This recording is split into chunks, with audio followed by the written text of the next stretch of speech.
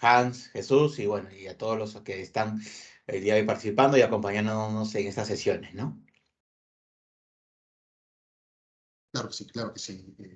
Jorge, bueno, entonces damos oficialmente el inicio del diplomado del día de hoy. Estos son justamente las sesiones que nosotros vamos a tener durante 3 jueves, ¿sí? El día de hoy, 22 de septiembre, estamos realizando la primera sesión donde tocaremos los módulos 1 y 2 del SC900. En la sesión número 2, el jueves 29 de septiembre, eh, estamos tocando prácticamente el módulo 3 y estamos cerrando con broche de oro el jueves 6 de octubre, donde estaremos hablando de la cuarta y última sesión del módulo, perdón, del SC900, ¿sí? Eh, este diplomado está basado en el contenido oficial del curso SC900, ¿sí? Este examen tiene por nombre Seguridad, Cumplimiento e Identidad. Claro, la versión en español. Perfecto. Si tú logras, por supuesto, pasar el examen de certificación, pues obtendrás la certificación como tal, justamente en seguridad, cumplimiento e identidad. Y justamente aquí está un poco la visión general de lo que es este curso en este caso, ¿no? La idea es enfocarnos en los conocimientos básicos sobre seguridad, cumplimiento e identidad. ¿Sí?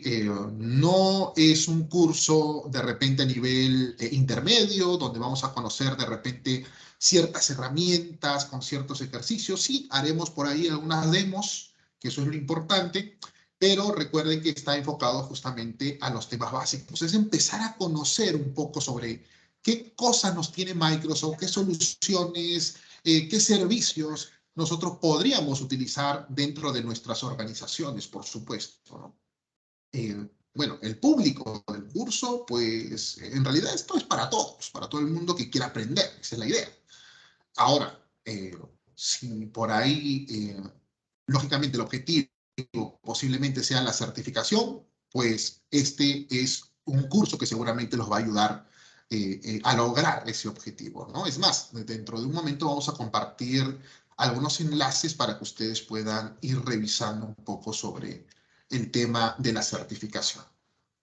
Perfecto. Lógicamente, si por ahí tenemos ya cierta comprensión en lo que es la nube, en lo que es el trabajo en un entorno de TI, si ya conocemos algo de Azure o algo de Microsoft 365, por supuesto que las sesiones van a ser mucho más entendibles. Y bueno, las áreas de estudio siempre es importante. Ahí faltó una actualización, por favor, así que acá es un CO y este debería ser un SC900. Un segundito, a ver si por ahí lo puedo actualizar. Ahora sí. Listo, actualizado. A veces se nos pasan cosas que pueden suceder en vivo. Pero bueno, entonces mencionaba, ¿no? El área de certificación, el SC900, tiene estas 4 áreas de estudio. Lo primero que se va a ver es sobre los conceptos de seguridad, cumplimiento e identidad, y luego nos vamos a enfocar en lo que es identidades y acceso, ¿no? Y generalmente nos vamos a enfocar en el servicio de Azure Active Directory. Luego están los otros siguientes módulos que también son prácticamente las áreas de estudio y pueden ahí ver también el porcentaje que va a tener cada una de estas áreas, el cual de repente en opinión personal podría ser una manera de evaluar tu estrategia a la hora de querer rendir un examen, ¿no? Por ejemplo, podríamos dedicarle quizás un poco más de tiempo a la hora de estudiar el material, los contenidos, al área 3, ¿no? Funcionalidades de las soluciones de seguridad de Microsoft, que va entre 30 y 35%. Y luego, por supuesto, las otras áreas de estudio que de repente tienen un porcentaje menor. ¿Qué significa el porcentaje? Por lo general podría ser una mayor cantidad de preguntas, ¿no? En una determinada área. Perfecto. Y bueno, esta sería la agenda.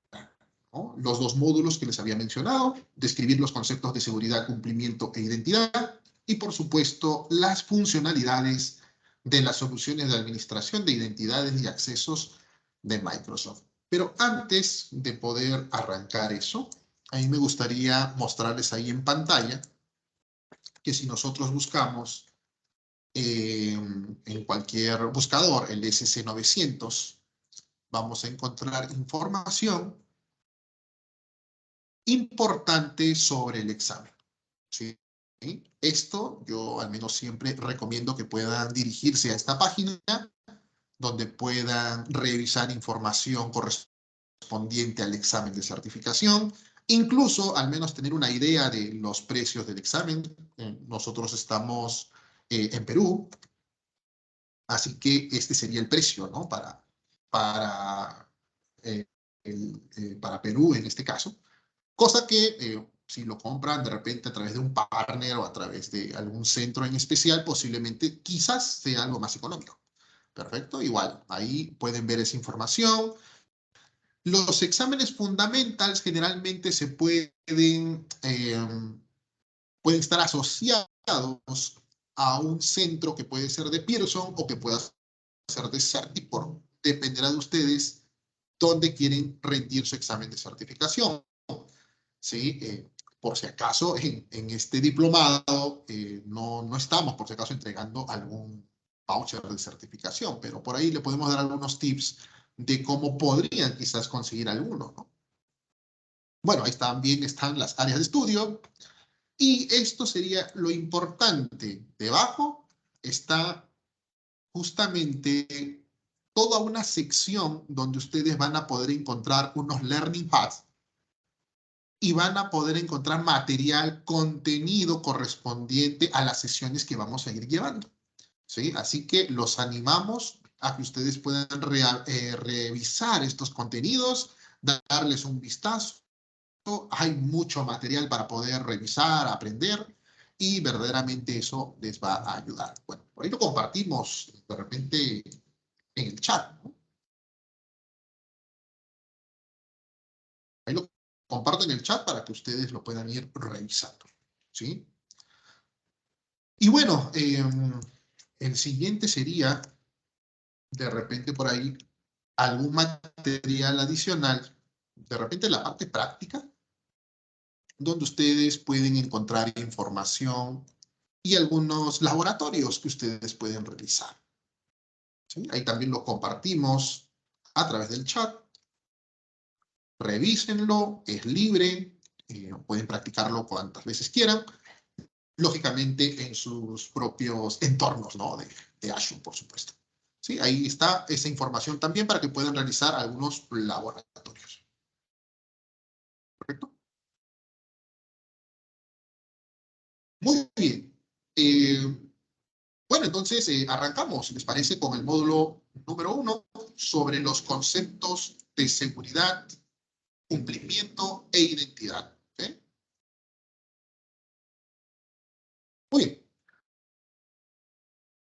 Avanzamos entonces. Bueno, en esta lección 1 vamos a describir las metodologías y los conceptos, por supuesto, que abarcan la seguridad y el cumplimiento. Y vamos a empezar justamente con el tema de la metodología de cero confianza, el Zero Trust. ¿Qué nos dice esta metodología cuando hablamos sobre el tema de seguridad? Si bien es cierto, anteriormente, cuando simplemente estábamos trabajando en un entorno on-premises, cuando hablábamos de confianza, generalmente estábamos hablando de que la confianza lo dábamos cuando estábamos en nuestro entorno on-premises, en nuestra red, en este caso corporativa, detrás de nuestro firewall, totalmente bien protegidos, y a eso lo llamábamos un lugar de confianza, ¿no? Generalmente las personas podían trabajar tranquilas porque había ahí una capa de seguridad muy importante donde pues se podía realizar todo tipo de tareas. Cuando se empieza a trabajar en nube, quizás las cosas cambian un poco. Pues ahora, cuando se habla de la metodología de cero confianza, prácticamente nos dice, ¿sabes qué? No confíes en nadie, más bien sospecha de todos, porque no vaya a ser que dentro de esa confianza que uno pueda tener, pues las cosas puedan salir mal, ¿no? Así que hay que tener en cuenta eso. Entonces, ¿qué nos dice esta metodología? ¿Sabes qué? Verifica siempre todo lo que suceda, todos los elementos que puedan estar dentro de tu organización, pues revísalos, perfecto, revisa las identidades, revisa y verifica las ubicaciones, verifica el estado de salud de los dispositivos, la clasificación de los datos, los servicios y las diferentes cargas de trabajo que pueda haber en una organización. Así que tiene que estar en constante verificación. Se habla también de algo conocido como el acceso de privilegios mínimos. Eh, yo no sé si por ahí alguno de ustedes ha tenido una experiencia similar, pero en algunas organizaciones donde por ahí hemos hecho algunos trabajos o proyectos, eh, se crean ciertos roles para que los usuarios puedan realizar ciertas tareas, ¿no? Más adelante vamos a hablar sobre los roles. Y bueno, por ahí encontraba de que a veces se creaban unos ciertos roles, se realizaban los trabajos tranquilamente, y a veces pasaba de que la persona dejaba de trabajar en la organización, se retiraba, por supuesto, pero los accesos, el rol todavía seguía estando disponible. Y lógicamente esta persona que ya no trabajaba ahí todavía tenía acceso a los activos de la organización. Y en otro caso, por ejemplo, dentro de Azure y de los servicios de nube, está este rol conocido como el administrador global. Y a veces en organizaciones se otorga a varias personas el rol del administrador global. Y como bien sabemos, este rol es como que el amo y señor de todo el tenant. Y tener demasiados roles administradores, o bueno, administradores globales, con diferentes personas, pues nos hace cada vez más vulnerables, ¿no? Basta que solamente una persona pueda perder, eh, pueda de repente ser atacada y perder su identidad o sus credenciales al principio, pues verdaderamente puede resultar en una catástrofe para la organización. Entonces, la idea del acceso de privilegios mínimos es, pues sí, darle los roles necesarios para que puedan realizar su tarea, pero darlo solamente por un tiempo, ¿no? Darle solamente para que realice ciertas tareas de una fecha hacia otra fecha, por ejemplo, y luego, pues, cortarlo, ¿no? Cortarlo de raíz, porque ya no se necesita realizar más ese trabajo. Y, por supuesto, darle el acceso necesario, porque a veces pasa, wow, Hans, ¿qué rol le puedo dar a este usuario? Y al final resulta que, no me quiero hacer tanto problema, mejor le entrego este rol de administrador global, hace su tarea y genial. Nos olvidamos de que tenemos que darle un cierto rol específico, ¿no? Entonces, a veces hay organizaciones que no se toman esa molestia y, bueno, luego aparecen en las noticias, cosas que suceden. Y otro punto es justamente asumir de que siempre estamos vulnerables, asumir de que nos pueden o nos están atacando en este momento, ¿no? Mientras estamos haciendo esta sesión, todas las organizaciones, muchas organizaciones están siendo atacadas en este momento. Si nosotros tenemos en mente de que estamos siendo atacados ahora, significa que podemos nosotros tomar la iniciativa, ser proactivos, implementar diferentes principios y sistemas de seguridad para poder estar protegidos. Sabemos que no hay protección al 100%, pero siempre es bueno prevenir antes que lamentar. Así que eso serían prácticamente algunas de las recomendaciones dentro de la metodología de Zero Trust. Y me tomé una licencia por ahí para mostrarles este diagramita que me parece interesante, creo que no se ve muy bien, pero a ver si hacemos un zoom. ¿Sí? Esto, por ejemplo, primero, voy a dejarlo ahí primero para darle un vistazo completo, ¿sí?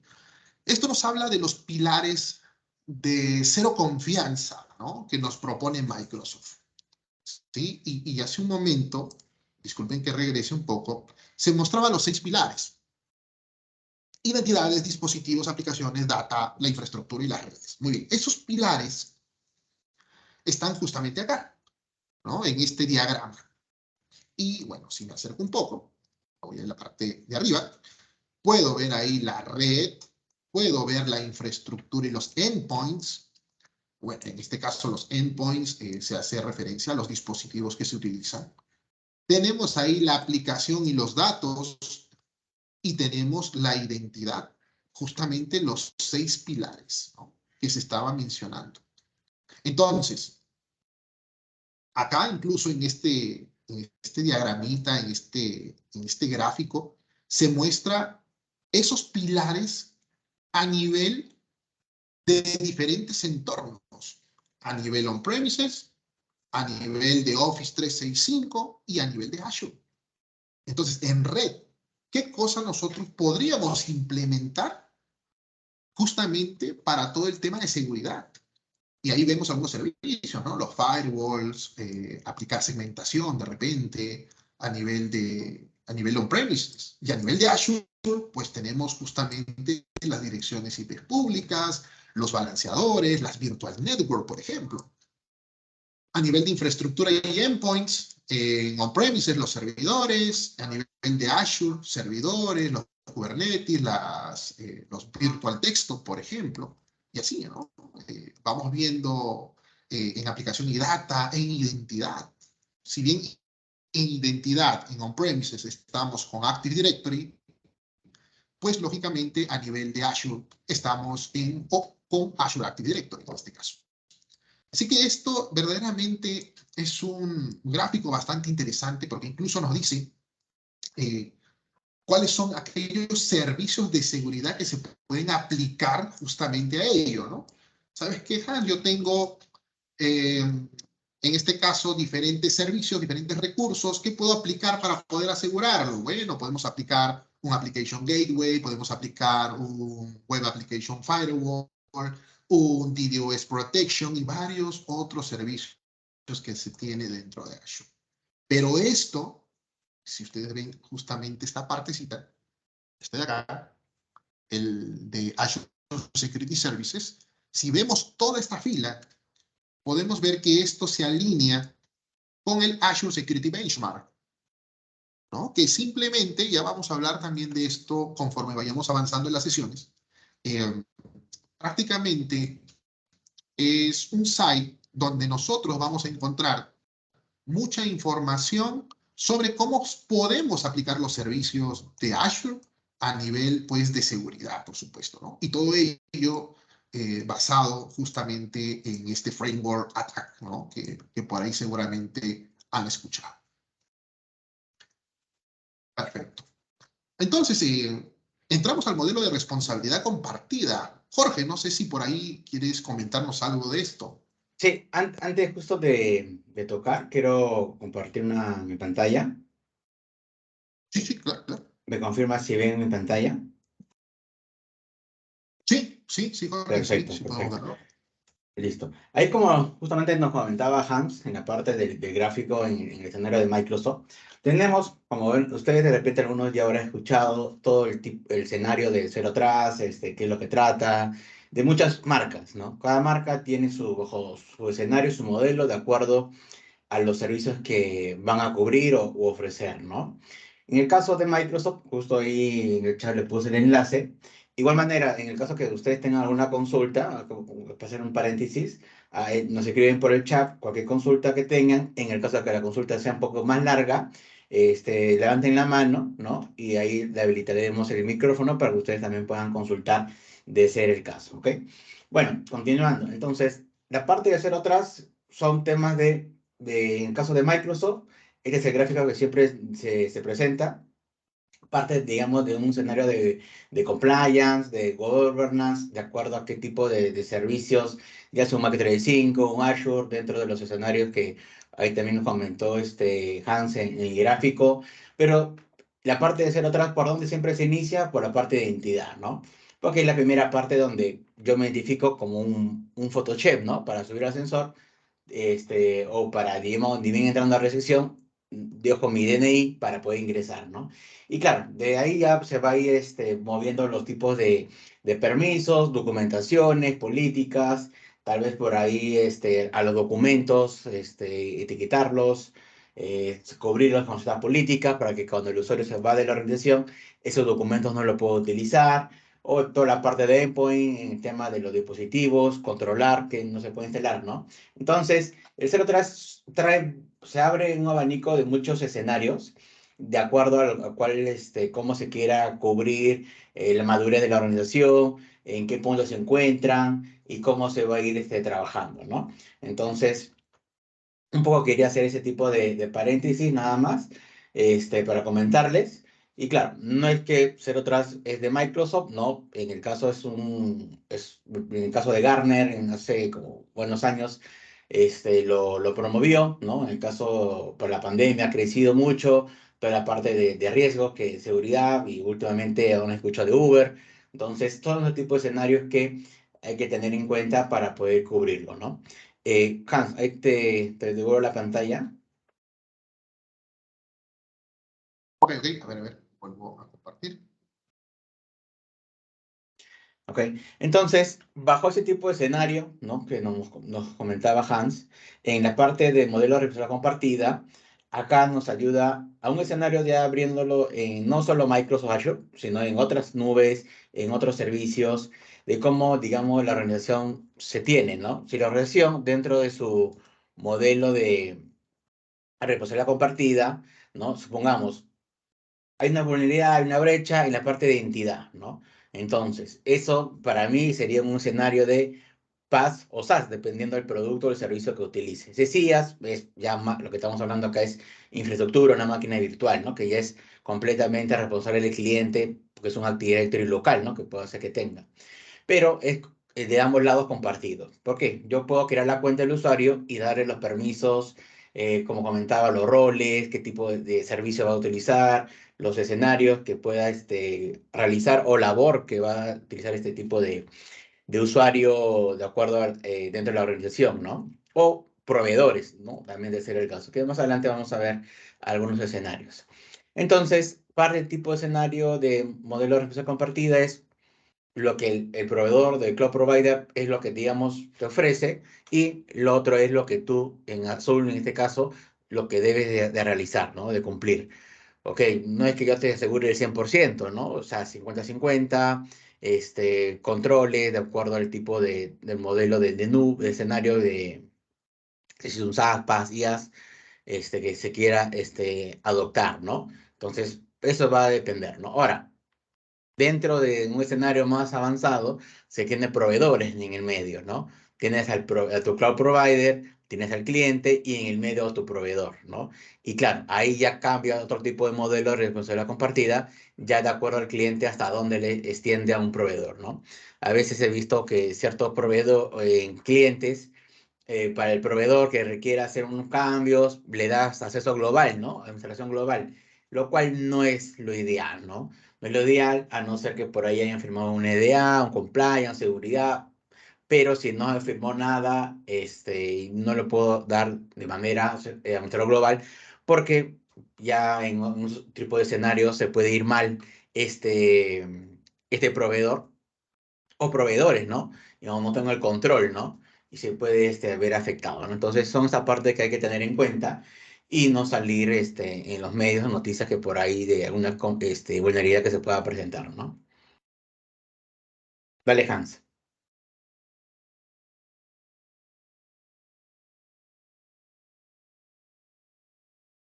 Aló, Hans, ¿me escuchas? Ok, listo. Bueno, ujú.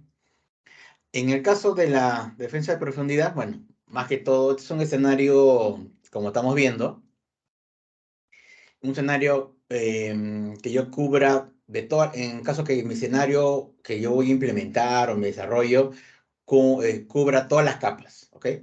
Desde la seguridad física, que justamente eso lo ofrece el centro de datos, ¿no? O en caso que yo utilice una nube privada, pública, ¿no? Dependiendo del caso. Entidad eso, que es justamente la parte que voy a ingresar, ¿no? Ya sea una página web, una página web donde voy a colgar documentación, entonces yo indico qué usuario es y el permiso qué documentación puede ver, ¿no? En el caso del perímetro, bueno, más o menos ya va a depender si mi página web es muy reconocida, es un marketplace, ventas, entonces necesito poder prevenirme ataques antivirus, ya sea de la competencia o de usuarios institucionales, ¿no? Más que todo este tipo de escenario lo recomiendo para sectores de gobierno o bancas o finanzas que justamente siempre son los que más se vienen a ver afectados por ese tipo de escenario. En el caso de la red, bueno, siempre tener los procesos, segmentación, subnets separadas, de acuerdo también, como le decía, qué tipo de escenario se va a poder manejar, ¿no? Ya sea que yo tenga ciertas áreas, ¿no? El área de marketing tiene este segmento de red, el área de venta, otro segmento, y digamos cada uno maneja su propio escenario, ¿no? Sin que se vean, de ser el caso. Si por ahí proyectos en conjunto, se puede realizar ese tipo de visibilidad en ambos lados, de ser el caso. En el tema de las máquinas, bueno, ya sea locales o nube, toda la parte del proceso donde se viene a utilizar los servicios. Ahora, acá indica cerrar los puertos, ¿no? Dentro de la capa de proceso. Ya sea que yo utilice una VPN, o sea, digamos, yo tengo una máquina virtual en Azure y esa máquina yo no quiero que sea expuesta o sea visible una IP pública con el puerto tal remotamente se puedan conectar. Si no, yo lo bloqueo para que solamente el usuario se conecte a través de la red de la organización o a través de una VPN point to site de ser el caso, ¿no? Entonces, siempre esta parte va a depender qué tipo de escenario, cómo se va a manejar, qué proceso tiene esa máquina o digamos, o el caso del negocio, caso de uso, no amerita que esté expuesta la máquina o si esté expuesta porque son usuarios que van a poder conectarse, que no están dentro del propio segmento de la red. Entonces, en escenarios, ¿no? Que se puede ahí manejar.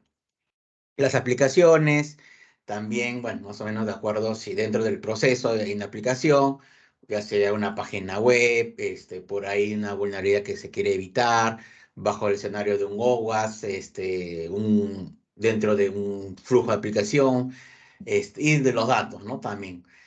La idea es justamente poder estos datos que albergan o se guardan la información que se puedan proteger, ¿no? Ya sea bajo un escenario de encriptación, este tipo de información, ¿no?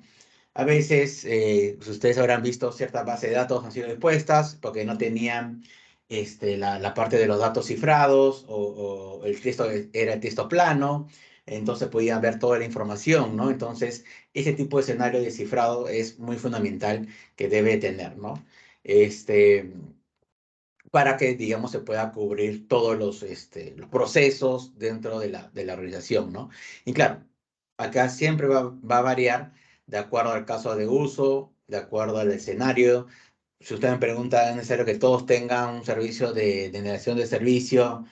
No, porque tal vez tú lanzas tu página web de pruebas, de validaciones, o de una página web de uso interno, que netamente casi van a utilizar 10 personas y no amerita, ¿no? Pero si es una página, no sé, ver una página donde saber dónde vas a votar en estas elecciones, sí, porque tal vez por ahí haya ciertos atacantes que quieren bajárseles ese tipo de servicio y claro, y también las consultas no humanas que, digamos, se pueda tener en cuenta. Entonces, va a depender cómo se va a tener en cuenta qué escenario, cómo se va a utilizar, el caso de uso, en caso se amerita o no amerita, toda la parte de protección, ¿no? Igual manera los datos, depende de los datos son públicos o son datos recopilados de otros lados que se agrupan, entonces no amerita tampoco encriptarlos o tenerlo de resguardar información, ¿no? Pero este tipo de escenarios siempre hay que tener en cuenta con la ley de protección de datos, ¿no? Si yo guardo en un Excel cierta información de número telefónico, DNI, correo, debería estar de manera encriptada por el escenario de la ley de protección de datos y toda la firma de aprobación, ¿no? Entonces va a depender ese tipo de escenarios, casos que se puedan ir presentando. Dale, Hans. Perfecto. Sí, sí, sí, todo lo que comentas, Jorge. Ok, sí, sí, lo que comentas es correcto. Todo, siempre vamos a encontrar, por supuesto, diferentes escenarios y, por supuesto, cada escenario va a tener sus diferentes soluciones y diferentes formas de cómo nosotros podemos, pues, resolver, por supuesto, diferentes tipos de amenazas. Y bueno, acá en este slide se está presentando las amenazas más comunes que seguramente podemos encontrar, el tema de la vulneración de datos, quizás a través de estas famosas estafas de soporte técnico, donde por ahí te dan una llamada y te dicen, ¿sabes qué? Nosotros somos de tal empresa, somos de Microsoft y mira que podemos ayudar de esta manera o hemos visto que tienen algún problema y por supuesto ha pasado que a veces se le ha dado acceso. Es más, hasta hace poco justamente parece que ha habido un poco de estos ataques, ¿no? En el caso de la empresa donde por ahí estamos haciendo unos servicios, llegaron justamente algunos correos donde, bueno, aparentemente eran de Microsoft y puesto que por ahí teníamos algunos detalles con soporte, algunas cositas que estábamos esperando que nos pudieran ayudar a resolver, pues lógicamente por ahí viene un poco la duda, ¿no? Y muchos de ellos pues pasan desapercibidos dentro de nuestro sistema de seguridad, así que siempre también hay que estar atento a ello. Amenazas tan comunes como una inyección SQL, diferentes tipos de malware que pueden atacar, constantemente están seguramente, estamos siendo atacados, estamos siendo vulnerables justamente por este tipo de ataques. El phishing, algo que hemos estado hablando durante hace buen tiempo ya, así que tenemos tantas cosas por ahí a la mano. Los famosos ataques de Ay, diccionarios, sí, por ahí nos ibas a complementar, creo, Jorge. no, Hans, Ah, antes de avanzar a esa partecita de los, quería agregar en base a las amenazas comunes dentro de lo que pertenece a vulneración de datos. Recuerden que hace unos días fue atacada una empresa muy conocida de servicios de taxi por aplicativos, en el cual pues fue vulnerado, ¿no? Uno de los usuarios, o fue engañado uno de los usuarios basado en un ataque de smishing, ¿no? Recuerden que sí, todos conocemos de repente el phishing, que nos llegan, que ganaste, que eres millonario, que tienes que actualizar tu tarjeta de crédito, que tienes una cuenta bancaria en Banco Galicia en tal lugar, etcétera, ¿no? Cosas por el estilo, pero lo que quizás por ahí deberíamos de también de hacer un doble check es tengan cuidado con los mensajes de texto. Porque de esta manera es que se vulneró todo el tema de, claro, y bueno, ahí pues ahí faltó también un tema de capacitación o de concientización a los empleados, ¿no? Porque eso es muy importante, porque recuerden, yo puedo tener asegurado todo, perímetro, endpoint, dentro de la red, absolutamente todo, pero lamentablemente los usuarios, las empresas hoy en día, las áreas de seguridad de TI deberían de enfocarse un poco también en capacitar a los usuarios, ¿no? Darles algunas pautas. Y pues lamentablemente esta empresa sufrió este tipo de ataque, ¿no? Y compartí un link muy importante, más que todo para que puedan leer un poco, tenerlo en consideración dentro de la vulneración de datos, ¿no? Que pues está dentro de las diferentes amenazas dentro de ese punto, ¿no? así es, Jesús. Bueno, estábamos comentando también sobre estos famosos ataques de diccionario, ¿no? Que en este caso eh, ya pues los atacantes tienen una lista, una base de datos inmensa de diferentes tipos de contraseñas que generalmente son bastante comunes. Y a pesar que, que se ha hablado por mucho tiempo sobre el tema pues en este caso, de ciertos tipos de contraseñas que no se deberían utilizar en las organizaciones. Yo al menos soy testigo de que todavía se están utilizando, ¿no? Y se utilizan masivamente. Es más, hasta personas que de repente, desde ya, ¿no? Son vulnerables a algún ataque, gerentes, por ejemplo, pues hay contraseñas bastante sencillas en la organización, cosa que, como mencionaba, a pesar que se ha estado hablando desde hace mucho tiempo sobre ello, se está intentando concientizar sobre de repente realizar otro tipo o crear otro tipo de contraseñas. Es más, hasta usar ahora el tema de los inicios de sesión sin contraseña, ¿no? Que es prácticamente lo nuevo y lo que Microsoft por ahí también está poniéndole mucha fuerza. Bueno, aún se sigue utilizando pues en las organizaciones y por supuesto siempre van a estar vulnerables a ello. Así que de esa manera los atacantes van a intentar por supuesto robar la identidad y por supuesto ir escalando en privilegio, ¿no? Que ese es prácticamente el objetivo.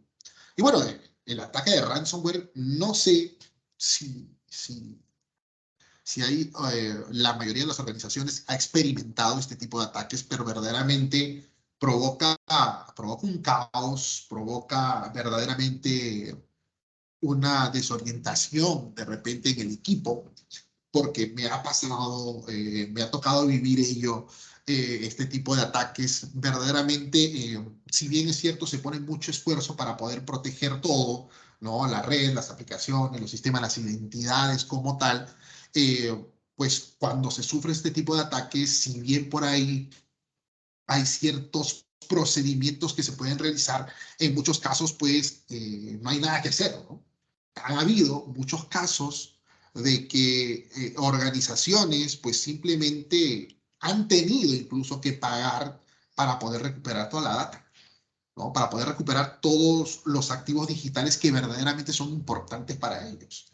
A pesar nuevamente de que hay mucha información, a pesar de que siempre se trata de concientizar de que se tienen que hacer los backups correspondientes, de que tiene que haber un plan, una planificación, y bueno, pues aún así pasan este tipo de cosas, ¿no? No sé si por ahí, Jesús, tienes alguna experiencia con ello, no sé. Pues en realidad,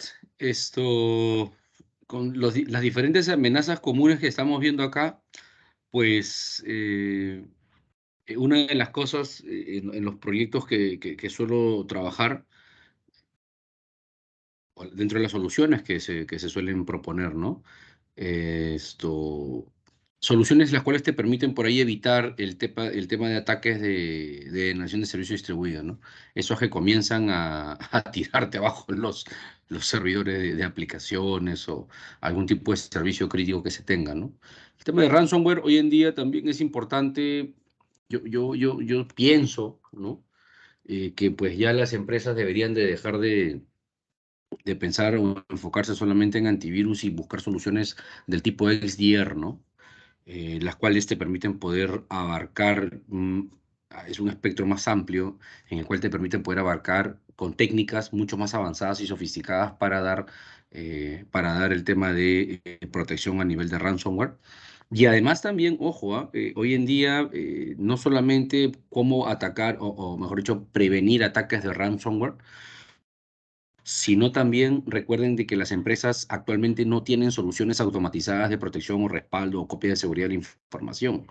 Entonces, hay soluciones en el mercado que te permiten poder, tienen una tecnología llamada storage inmutable, la cual te permite poder acorazar, proteger y evitar de que pues, el repositorio de respaldo en esos appliances o los dispositivos de almacenamiento que se encuentren no vayan a suceder nada por el estilo, ¿no? Entonces, más o menos son ciertas consideraciones a tener en cuenta para pues, hacer frente a estas amenazas comunes.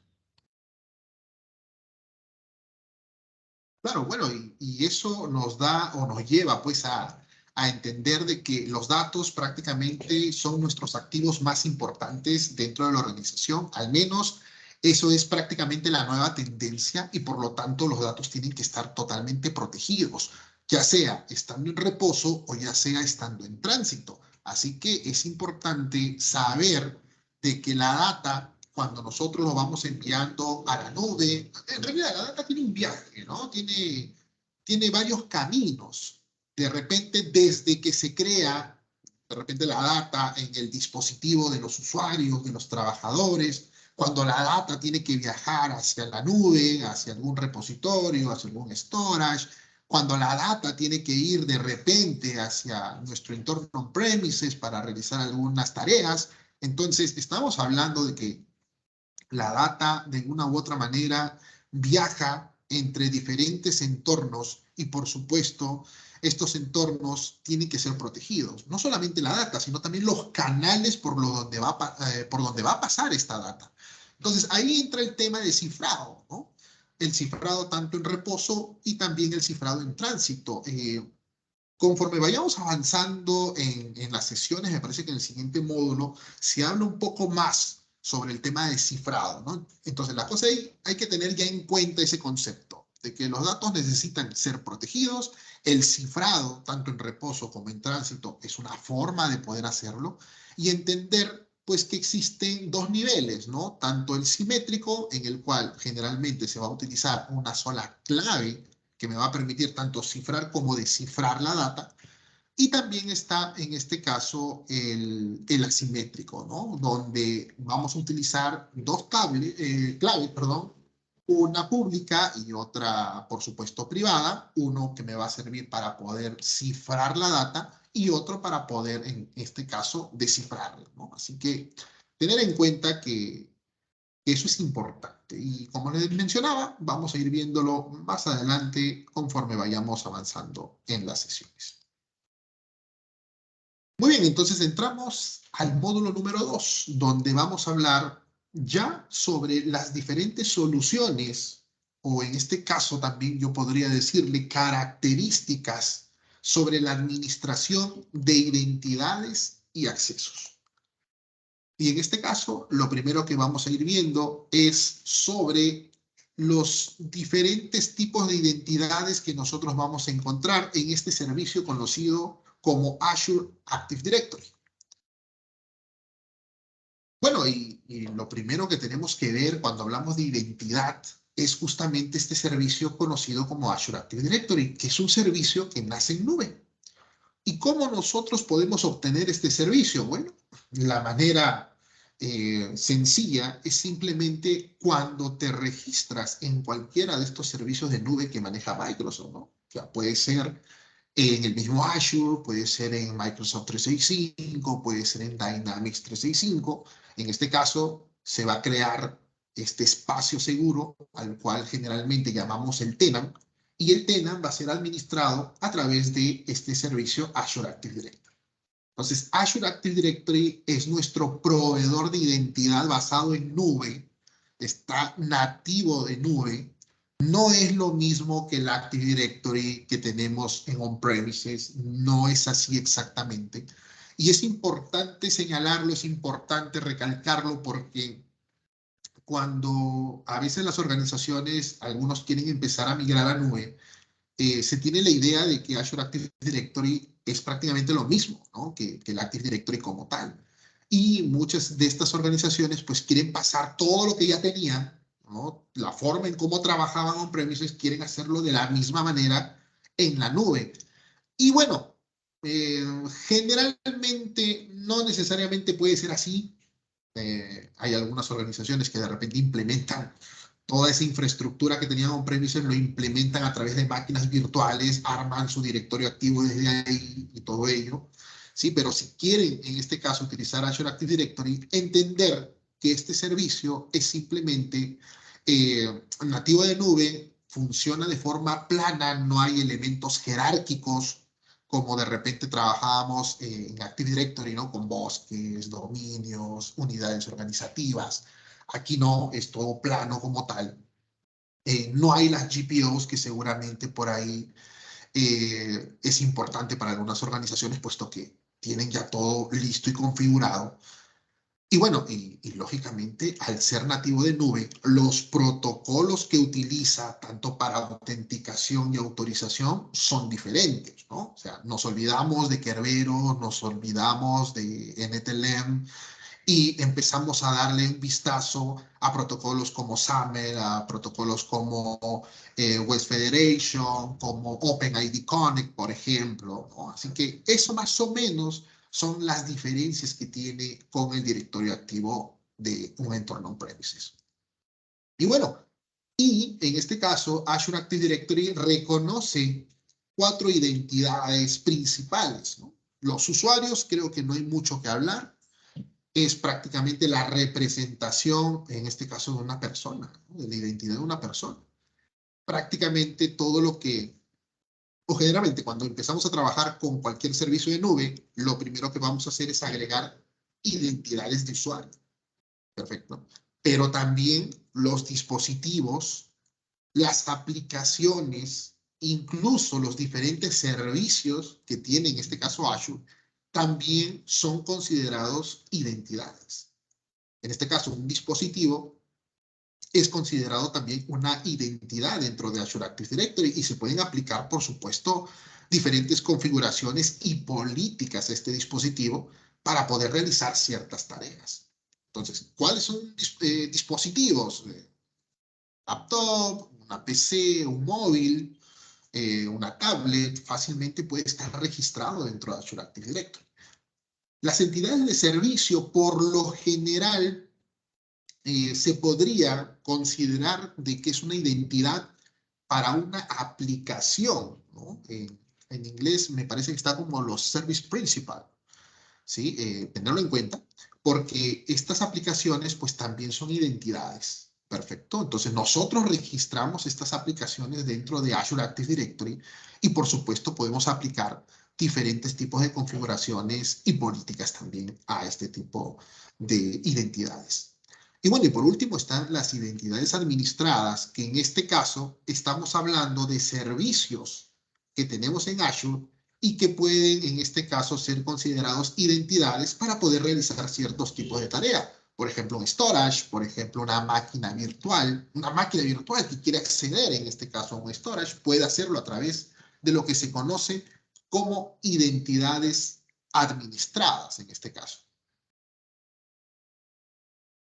Y bueno, cuando se trabaja con Azure Active Directory hay una característica muy interesante y hay un servicio muy interesante también. En este caso es lo que se conoce como la administración de identidades externas a través de lo que se conoce como B2B y en este caso como B2C. B2B es una característica dentro de Azure Active Directory, mientras que B2C es un servicio aparte. Claro, dentro de este mundo de Azure Active Directory, pero es un servicio aparte, ¿no? Es conocido como Azure AD B2C. Jorge, no sé si por ahí quieres darnos algunos detalles sobre cómo trabajan estas identidades externas. Sí, claro. En algunos, de acuerdo al tipo del escenario, ¿no? Que justamente estamos viendo ahí, ya sea B2B o B2C, eso va a depender si es un tema ya de externos, que lo vamos a poder compartir, tal vez en el escenario por ahí con ciertos, adaptarlo a nuestro consola, a nuestro tenant, en el tema de identidad, pedirle ciertos servicios de MFA o ciertos tipos de datos adicionales, ¿no? Entonces, vendrían a ser parte de nuestro, como un brazo extendido, ¿no? De estos usuarios externos con dominios, ¿no? Fuera de la organización, pero con ciertos tipos de requerimientos que le podemos aplicar. En el caso de B2C, justo tenemos un ejemplo claro, ya sea que el usuario, una página web, marketplace, de ventas, ya solamente el usuario que a la hora de registrarse o ingresar ya utiliza estos tipos de proveedores de redes sociales o de correos públicos, ¿no? De ser el caso, o crear su propia cuenta. Entonces son esos dos tipos de escenarios muy diferentes. En caso del B2B es un poco más de, no sé, mi proveedor de venta, que siempre le compro, no sé, monitores o temas de actualizaciones, ¿no? o mi partner o socio o el área de soporte que tiene otro tipo de dominio, no está dentro del propio tenant, porque digamos, yo tengo mi Active Directory, mi portal, pero yo no quiero crearle en ese propio Active Directory una cuenta al usuario y darle la licencia, ¿no? Sino porque solamente su actividad es ingresar, ver algunos servicios, descargar unos documentos y nada más, ¿no? Entonces podría este tipo de escenario poder apoyarnos, ¿no? Ya sea para repositorios o cierto tipo de aplicaciones, ¿no? Que dime el usuario se logue, le pide tipos de entidad, ¿no?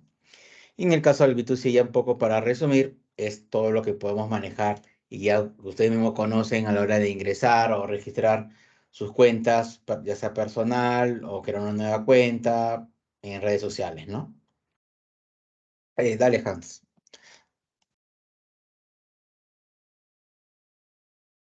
Perfecto, Jorge. Bueno, y entramos en este tema de lo que son las identidades híbridas, ¿no? En este caso.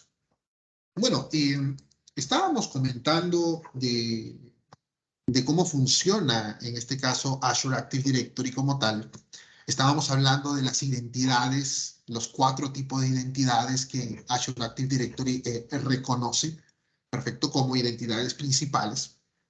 Y bueno, una forma en la cual nosotros podemos empezar a trabajar con este tema de identidades es cuando nosotros nos queremos conectar y queremos trabajar de forma híbrida con nuestros entornos on-premises. Pues en muchos casos las organizaciones ya tienen todo montado a nivel on-premises, de pronto ven que la nube es una buena forma de poder extender sus operaciones. Entonces, ¿cómo hago para yo poder conectarme? Para yo poder prácticamente trabajar en conjunto, tanto mi entorno en tierra como mi entorno en nube. Entonces, ahí es donde nacen estos conceptos del trabajo híbrido, de las identidades híbridas, y eso lo podemos lograr a través de Azure Active Directory también. Utilizando, por ejemplo, esta aplicación, este programita que podemos instalar dentro de nuestros servidores, de repente dentro de nuestro Active Directory, podemos instalar este Azure AD Connect, que me va a permitir a mí realizar justamente esa conexión con mi entorno on-premises. Y cuando hacemos esa conexión, ambos entornos van a empezar a trabajar juntos. Esa es la idea. Y los usuarios que, vamos a poner así, teníamos en nuestro entorno premises, ahora van a pasar también a mi entorno de nube, con la cual pues voy a poder aplicar diferentes opciones de configuración que van a ser sumamente importantes para los diferentes niveles de, en este caso, de seguridad. Y los dispositivos pues tampoco se quedan atrás. Los dispositivos también, recuerden que son identidades dentro de Azure Active Directory también, lógicamente podemos administrarlos mucho más fácilmente realizando este tipo de conexión. Perfecto, entonces, ¿qué sucede cuando empezamos a trabajar con este tema de las identidades híbridas? Por ejemplo, tenemos varias opciones de autenticación, ¿no? Que podemos realizar con nuestros usuarios y nuestros dispositivos. Entonces, por ejemplo, déjenme por aquí compartir mi pantalla, ¿sí? Y mostrarles acá que estoy dentro de Azure y voy a entrar en Azure Active Directory. Perfecto. Y cuando yo ingreso en Azure Active Directory, al lado izquierdo voy a poder ver todo un panel con diferentes opciones para configurar. Y bueno, una de las identidades que hemos estado hablando es justamente los usuarios. Entonces, cuando yo voy a esta opción de usuarios, pues yo tengo la opción de poder agregar nuevos usuarios, tal y como yo lo tengo acá en esta lista. Perfecto. Acá están mis usuarios. Es más, acá puedo ver información muy importante de los usuarios que tengo aquí registrados.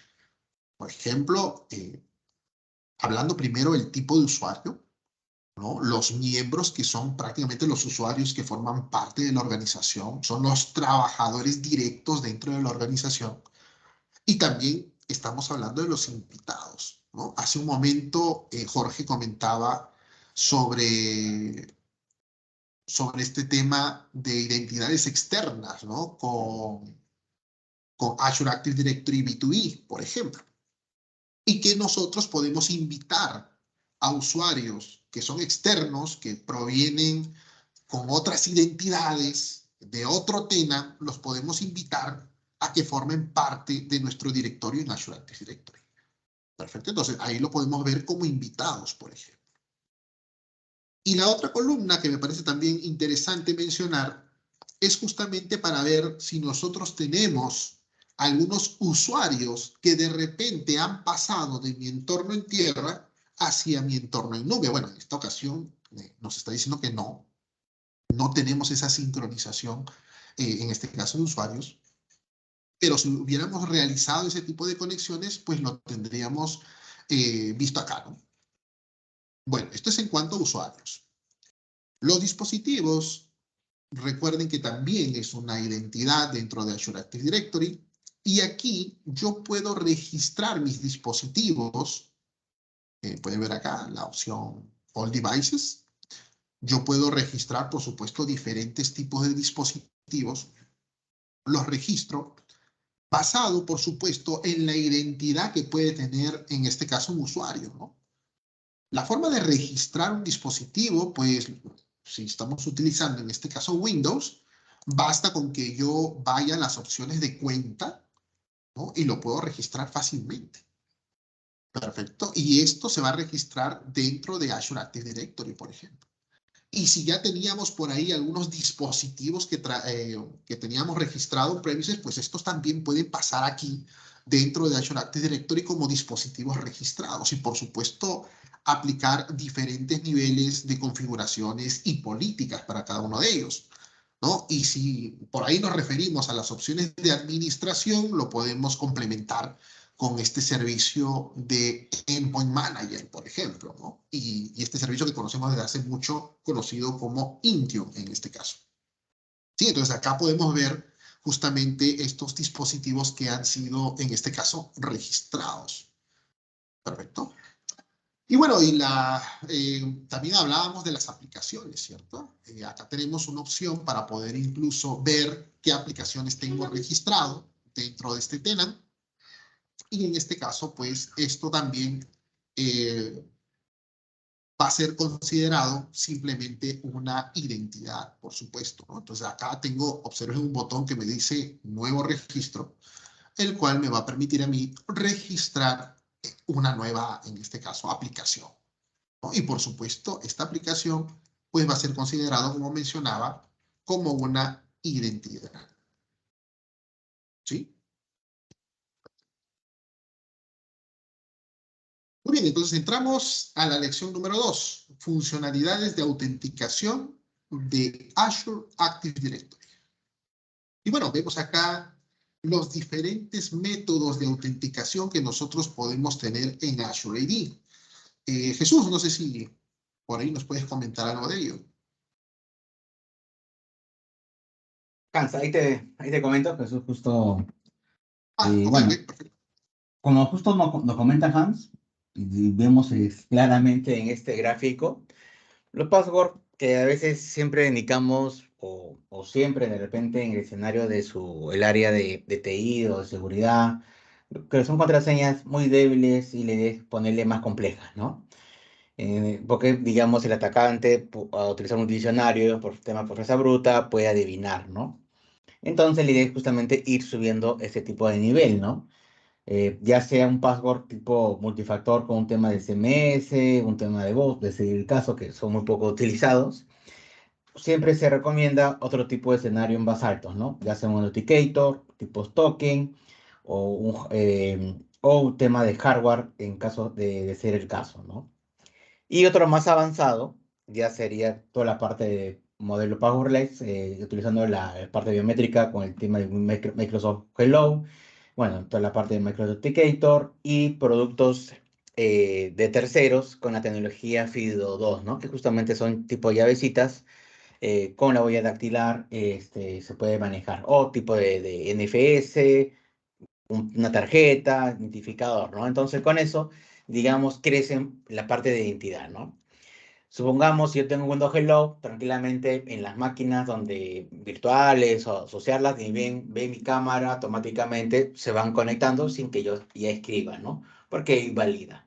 O el otro, y claro, todo esto va a depender, yo creo, por el tema del perfil del usuario, ¿no? Si es un usuario que es un gerente del área de finanzas, entonces maneja mucha información importante del negocio. ¿Qué pasaría si cae en malas manos o si alguien entra a su cuenta?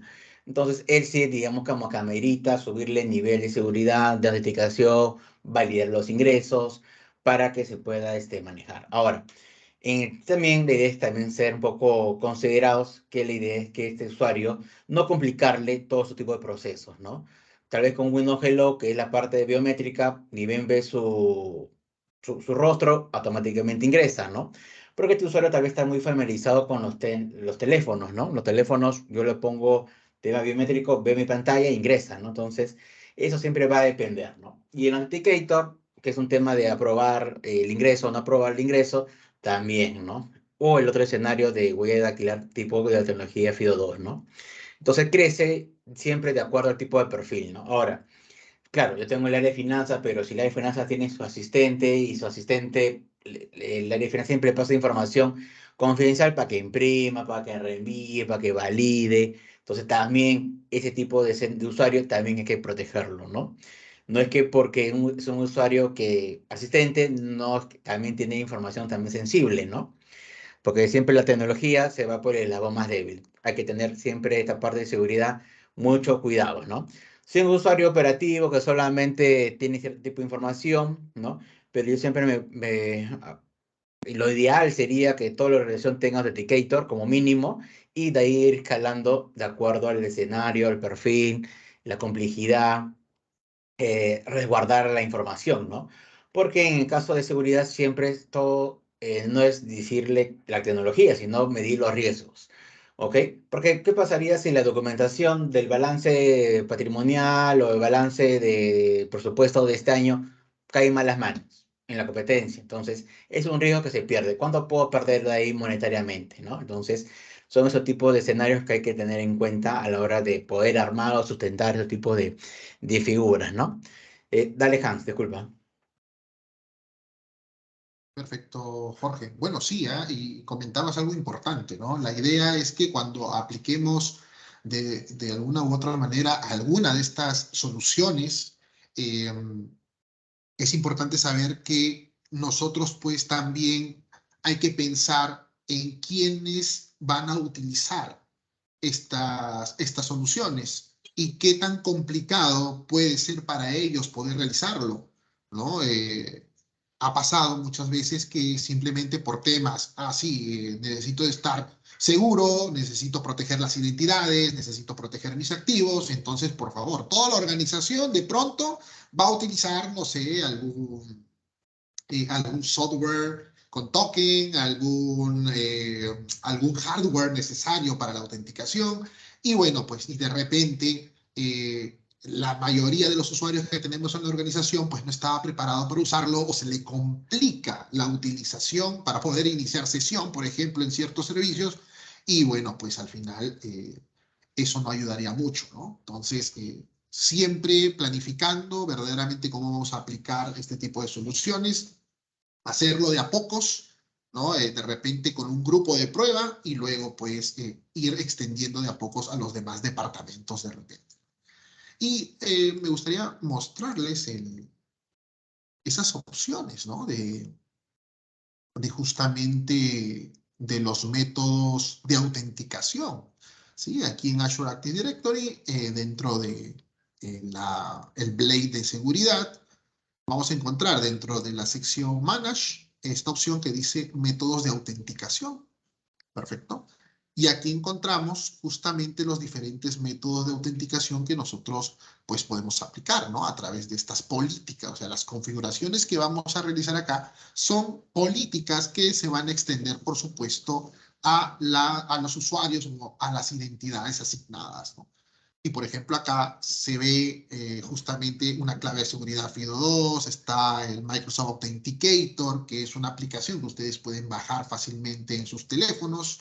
La configuración es sumamente sencilla, más que simplemente añadir sus credenciales, por supuesto, y luego es una muy buena forma para poder utilizarlo incluso como un segundo factor a la hora de hacer una autenticación. Bueno, otras opciones como el mensaje de texto, un pase de acceso temporal o a través de certificados, ¿no? Entonces, cuando tú entras a alguno de ellos, vas a poder ver información sobre si queremos habilitar esta opción de Microsoft Authenticator de repente para la organización, a qué usuarios o grupos nosotros queremos aplicar, por ejemplo. Entonces, todo ello es sumamente importante revisarlo justamente aquí, dentro de las opciones de Azure Active Directory. Ahí vas a encontrar mucha de esta información. Y estos métodos de autenticación van de la mano justamente con el siguiente tema, que es la autenticación multifactor. Hace un rato, justamente en esta, ¿no? en este slide, hablábamos de que el password prácticamente ya es considerado como una forma de autenticación pues no correcta, a pesar que lógicamente todavía lo estamos utilizando, ¿no? Pero bueno, Microsoft nos dice, y bueno, creo que la mayoría de los proveedores pues está de acuerdo en que ya no va. Perfecto. Ojo, lógicamente en esta sesión estamos enfocándonos a las propuestas, lógicamente, que tiene Microsoft, ¿no? Algunos proveedores pueden por ahí tener propuestas similares, no necesariamente idénticas, pero nos estamos basando generalmente a ello, a lo que nos propone Microsoft. Y bueno, dentro de ellos también nos dice hey, el password y algo más, pues eso como que sería algo más interesante para poder autenticarse, de repente a través de un SMS, ¿no? Un mensaje de texto, un mensaje de voz. Pero si además le agregamos el password y alguna aplicación o algún software token en especial o algún hardware, ¿no? Basados en token, pues dale, eso sería muchísimo mejor para el nivel de autenticación que ustedes quieren tener en la organización. Y ahora con esta nueva, ¿no? Con esta nueva propuesta a nivel de seguridad de la mayoría de los vendors, justamente el tema de el passwordless. Ya no utilices password, ¿no? Es lo que nos están diciendo hoy en día. Claro que si nos ponemos a revisar bien, bueno, de una u otra manera es un password, pero en este caso es un password temporal, ¿no? Que lo vamos a usar solamente para poder realizar la autenticación de repente en ese momento, ¿sí? Entonces, estos métodos de autenticación van justamente con esta característica, este servicio interesante conocido como la autenticación multifactor. Entonces, si tú ya tienes un password, que generalmente es lo que conocemos como algo que nosotros sabemos, ¿sí? Que puede ser un password, incluso un PIN, cualquiera de ellos entra dentro de esta categoría de lo que sabemos, pues deberíamos incluirle algo más para considerar un segundo factor de autenticación. Pero ahora tendría que ser algo que tenemos o algo que nosotros somos. Ya cuando hablamos de tenemos es porque a la mano debemos tener algo como una aplicación de repente, como algún hardware, en este caso podría ser de repente un teléfono quizás, donde nos pueda llegar un código, ¿no? Los números aleatorios que me permitan complementar la autenticación que ya realicé con la contraseña. Y si por ahí es mejor hacerlo a través de biometría, a través de una huella dactilar, a través de un escaneo facial, pues eso incluso aumentaría mucho más la seguridad, por supuesto. Entonces, el multifactor me va a ayudar a tener justamente al menos 2 factores de autenticación dentro de Azure Active Directory. Y podemos ver ahí una imagen donde nos muestra, ¿no? que si bien ya hemos colocado nuestras credenciales, usuario y contraseña, y de pronto nos dice, ¿sabes qué? Necesitamos comprobar tu identidad. ¿Pero qué? ¿Que no me lo habías comprobado ya? No, espérate, hay un segundo factor de autenticación, así que voy a enviarte un mensaje, nos dice el sistema, te voy a enviar un mensaje a ese teléfono que has registrado. Y claro, el usuario con anticipación, por ejemplo, debió haber registrado algunas opciones de autenticación. Por ejemplo, su número telefónico. Perfecto. O por ejemplo, prácticamente decir de que sí, pues está usando de repente Microsoft Authenticator. Entonces, una vez hecho eso, una vez que el usuario haya registrado con anticipación, entonces, lógicamente va a poder iniciar sesión y le va a pedir el segundo método de autenticación. Y acá nos dice, sí, te vamos a enviar un mensaje a ese teléfono registrado. Entonces, yo prácticamente lo que voy a hacer es seleccionar esa opción, le voy a dar clic en siguiente y esperar a que ese código pues llegue al teléfono. Ha pasado de que Hans, mira, sí, yo he hecho eso y de pronto los códigos no están llegando y todo lo demás. Bueno, sí, a mí también en algún momento ha pasado, pero por ahí pues han sido ciertos errores quizás del servicio, pero al fin y al cabo esto funciona, ¿no? De una u otra manera. Y bueno, entonces con eso puedo comprobar comprobar quién soy, por supuesto. Y bueno, otro interesante servicio es el restablecimiento de contraseña. Esto es algo que al menos es bastante solicitado en las organizaciones, ¿verdad? Nosotros, me acuerdo, en el tema de soporte, siempre nos están pidiendo eso, ¿no? Por favor, Hans, necesito que me cambies la contraseña. Hans, por favor, ya se me bloqueó la contraseña, no puedo ingresar. Bueno, y solicitudes así constantemente, ¿no? Entonces, con Azure Active Directory podríamos configurar justamente la opción de el reseteo de contraseñas, pero de forma automática. O sea, que el mismo usuario tenga la posibilidad de realizar este cambio. Porque por defecto no lo puede hacer. El único que lo puede hacer es, en este caso, el usuario que tiene un rol administrador, ¿no? Como el rol de administrador de usuario o el rol de administrador de contraseñas, me parece que ese es el nombre del rol. O incluso el mismo administrador global, que seguramente ha estado restableciendo contraseñas constantemente. Entonces, igual, ¿no? En este caso, darle la potestad al usuario a que pueda realizar este reseteo. Y esto, de una u otra manera, también tiene que ver con los métodos de autenticación. ¿Sí? Acá hay algunos métodos que son algo distintos al del MFA, como por ejemplo, y es posible que a los que quieran dar el examen, al menos a mí, yo recuerdo que hubo una pregunta parecida a esta, relacionado a los métodos de autenticación dentro del MFA y dentro del reseteo de password. Y uno de ellos es justamente las preguntas de seguridad. Las preguntas de seguridad solamente vienen en el reseteo de contraseña, ¿sí? Donde nosotros vamos a poder elegir cuáles son pues las preguntas de seguridad que queremos responder y cuántas queremos responder, ¿sí? Para poder realizar el cambio de contraseña. Por supuesto, lógicamente tiene que haber un método de autenticación adicional porque sería pues muy fácil, ¿no? Uy, ya no puedo entrar con mis credenciales, entonces restablezco la contraseña y ya está, no pasa nada. Pero no, tiene que haber algo más y justamente esos son los métodos de autenticación. ¿Sí? Bueno, otro punto es la protección de contraseñas, el password protection. Y bueno, Microsoft ya tiene una lista global de aquellas contraseñas que por supuesto están prohibidas. Ellos ya tienen una base de datos como tal que ya funciona de por sí dentro de Azure Active Directory y que lógicamente nos protege pues a nosotros de que utilicemos alguna contraseña demasiado débil, cosa que eso es importante.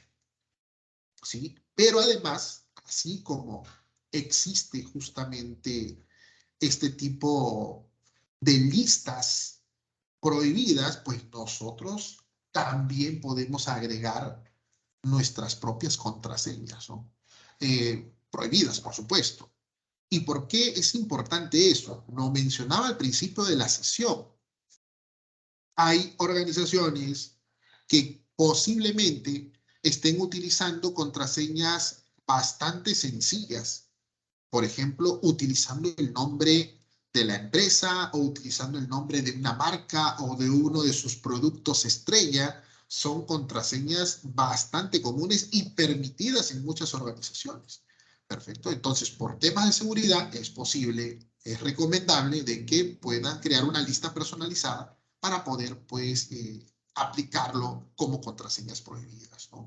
Y, por supuesto, eso me va a permitir a mí tener una mejor protección contra algunos ataques basados, por supuesto, en identidades, en password spray, por ejemplo, y mantener una seguridad no solamente en nube, sino también a nivel de tierra, que eso es lo importante. Así es, Hans. Justo ahí quiero un poco más o menos para mostrarle lo que comentas. Ahí estoy compartiendo mi pantalla, ¿no? Entonces, parte de lo que comenta Hans es, supongamos, y ustedes tal vez por ahí sepan que entre noviembre, octubre siempre salen las contraseñas top 10, cuáles son las contraseñas más utilizadas del año. Entonces, esto tranquilamente yo lo puedo colocar acá de manera de texto plano. O, de ser el caso, contraseñas que a veces los usuarios reutilizan, ¿no? Contraseña, ni bien el usuario ingresó el primer día, cambió la contraseña, después, de acuerdo a mi política de cambio de contraseñas, vuelve a colocar la misma contraseña, lo cual no es, ¿no? Entonces, acá un poco yo puedo evitar ese tipo de figura, la sincronización a través de toda la parte del modelo local. Entonces, ¿cómo se puede ir manejando, no? Entonces, cuando el usuario, y ahí justo lo que comentó, cuando tenemos el autoservicio de contraseña, el usuario cambia su contraseña, ¿no? La diferencia es que ahora es a la inversa, ¿no? Como el usuario ya no cambia de manera local, entonces la nube tiene la potestad de colocar una contraseña que, digamos, no cubre ese tipo de escenarios, ¿no? Entonces, nos apoyamos del servicio de Pago Protection para que el usuario no coloque cualquier contraseña, ¿no? Entonces, va esto de la mano, o recomiendo que vaya de la mano para este tipo de escenarios, ¿no? Y claro, ya cuando inició la pandemia, todos fueron a sus casas, entonces todos querían este tipo de servicio de poder cambiar su contraseña, y la área de TI o soporte o mesa de ayuda escaló un montón por la demanda, y la idea es justamente aprovechar este tipo de escenarios o el tipo del producto o la licencia que ofrece, ir implementándolo para que lo puedan los usuarios manejarlo, ¿no? Eso quería hacer ahí un pequeño paréntesis. Dale, Hans. Muy bien. Entonces, entramos a la siguiente lección. A ver, un segundito. Sí, sí, sí. Entramos a la lección número 3, que es justamente la administración de acceso, por supuesto, con Azure Active Directory. Y bueno, en este caso hablamos sobre el tema de acceso condicional. Una característica muy importante dentro de Azure Active Directory que justamente me permite o incluso me puede denegar o me puede bloquear el acceso hacia algo. En este caso puede ser hacia alguna aplicación, puede ser hacia la misma data, pero eso va a funcionar basado, pues, valga la redundancia, en diferentes condiciones o señales que Azure Active Directory interpreta, pues, para poder o permitir o bloquear ese acceso. Entonces, ahí, por ejemplo, en el mismo gráfico que vemos en el slide, podemos ver justamente esa parte de las señales.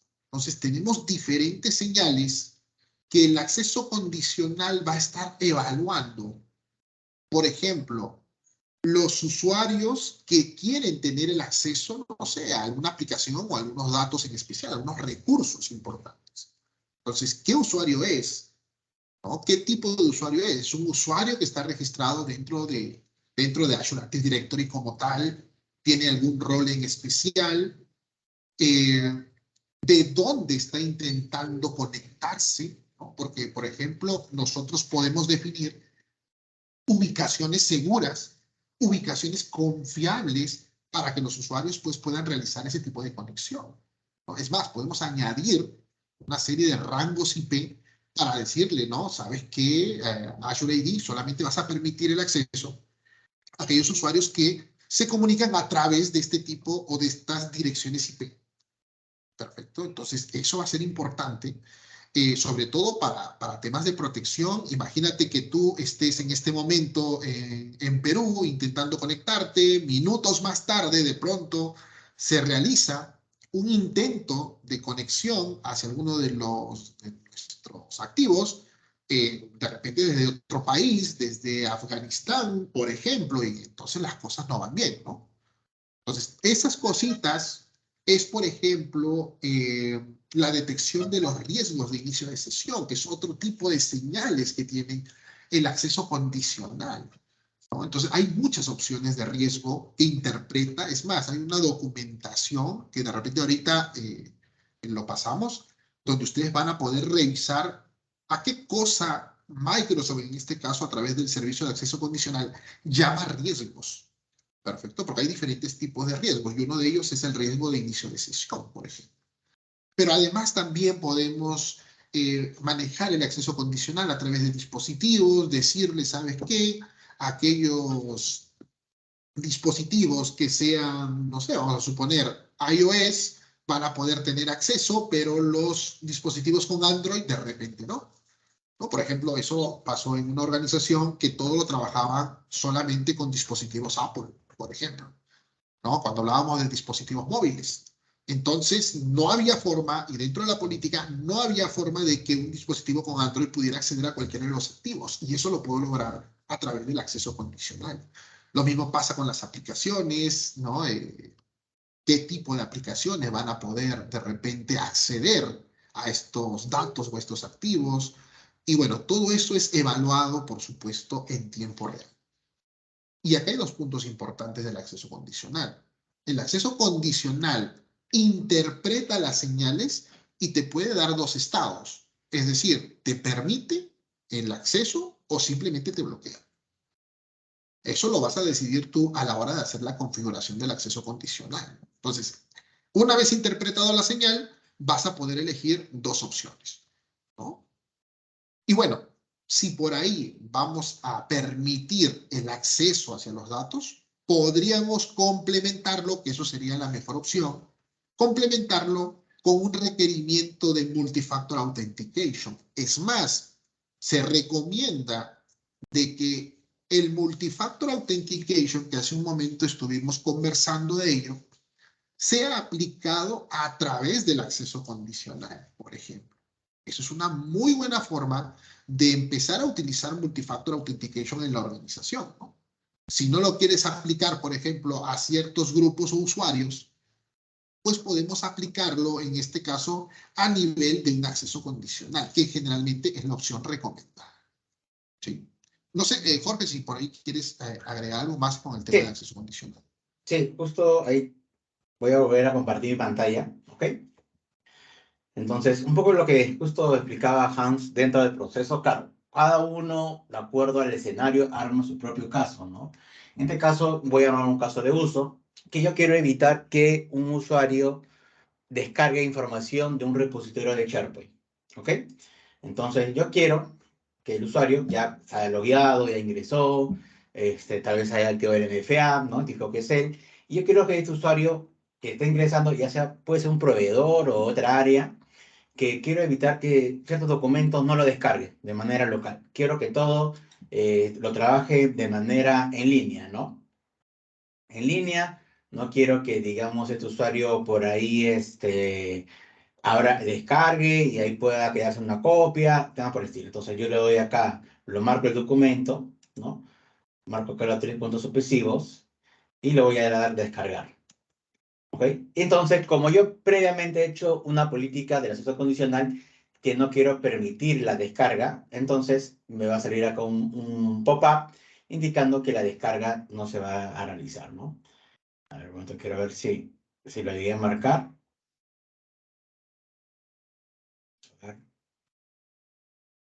Entonces, sale este mensaje, no me permitiría hacer la descarga, entonces como que ese tipo de figura, pues como vemos acá, no lo va a realizar, ¿no? Entonces, por ahí me dejaron un notepad, un blog de notas, indicando que no se ha podido descargar, pero el usuario, en el caso, de ser el caso, sí lo puede realizar de manera en línea, trabajar el documento, ¿no? Entonces, ese es un ejemplo de un caso de uso, de ser el caso, acceso condicional, ¿no? ¿Y cómo lo he hecho? He creado la política que se llama prevenir descargas de SharePoint, ¿ok? Entonces, todo va a depender. Si yo previamente he armado el caso, y ahí, ya sea por ubicaciones públicas, eso, tengo que previamente hacer las configuraciones previas o armar el grupo de usuarios que va a estar aplicando, ¿no? Entonces, acá aplico el nombre, especifico los usuarios, que va a manejarse. Como vemos, son todos los usuarios. Eso, como le digo, todo va a depender del caso de uso que le vamos a armar, ¿no? No, solamente un usuario, ¿ok? ¿Qué usuario va a ser el que no va a descargar? Ok, este usuario, ¿no? Puedo hacer grupos, roles, externos o invitados o externos, todos los usuarios, o excluir en caso que ponga todos. Todo va a depender, como le decía, la forma que se va a dar a la política. Ahora, en la política, en este caso, puede ser todo de Microsoft, puede ser de terceros, también puede ser de terceros. Si por ahí la organización tiene Google Core Space y quiere también prevenir que descarguen o temas por el estilo, o de Dropbox, otras aplicaciones de terceros, o de un, que, digamos, productos que amerita no descargar, pero tal vez visualizarlo de manera online. Entonces, también va a depender previamente antes de explicar si permite o no permite la aplicación, ¿no? Entonces, claro, yo previamente acá agrego la aplicación y claro, esta aplicación previamente hay un proceso de sincronización para que me pueda aparecer en este repositorio, ¿no? Entonces yo marco el producto, en este caso marqué SharePoint Online, marco la condición, ¿no? Que justamente es el gráfico que nos mostraba ahí Hans, de acuerdo al escenario, ¿no? Los riesgos, el tema de nivel de sincronización, el nivel de la plataforma, ¿no? Por ahí, Jorge, yo solamente lo quiero que esto no se descargue en los dispositivos móviles, ¿no? Pero por ahí también quiero en Linux, tal vez, ¿no? ¿En Linux también se aplica, Jorge? Sí, también se aplica en Linux y Mac, de ser el caso. Entonces, también se tiene todo ese tipo de figura, manejarlo, ¿no? Las ubicaciones, ¿no? Claro, si es por ubicaciones, previamente tendría que haberlo agregado la ubicación, ya sea por país, la IP pública de la organización, o otro tipo de casas, de ser el caso que yo quiera, digámoslo así, marcar, ¿no? El tema del cliente, si yo sé que mi aplicativo es a nivel de browser, en caso de SharePoint, y a nivel de aplicaciones, porque dentro del store lo puedo descargar, lo marco. Si dudo de qué aplicaciones pueda cubrir, mejor marco todo, ya sea también modelos legacy, de ser el caso, ¿no? Filtro por dispositivo, o sea, esta parte va a depender cómo yo le quiero dar un poco de forma, ¿no? Ya sea el modelo, sistema operativo, otro tipo de atributos, previamente validados y agregarlos, que yo siempre recomiendo de manera grupal, ¿no? Para no hacer el trabajo de uno en uno que toma más tiempo. Requiere temas de doble factor de autenticación, que el equipo esté de manera compliance, y esto más o menos se involucra que tenga escenarios de productos de terceros, bueno, mejor dicho, producto de Microsoft, pero un producto adicional que se llama Intune o Microsoft Endpoint, ¿no? De ser el caso. Mi identidad híbrida, ¿no? También, o otro tipo de escenarios que se pueda manejar. Ahora, ¿qué política yo utilicé? Solamente agregué los usuarios y agregué este escenario, ¿no? Bloquear descargas, nada más. Y que, como vemos, está en modo vista previa, ¿no? Tengo otros servicios, claro, pero claro, todo va a depender el escenario de la política que uno le quiere dar, ¿no? Entonces podemos ir creando, configurando progresivamente. Listo, Hans, creo, dale.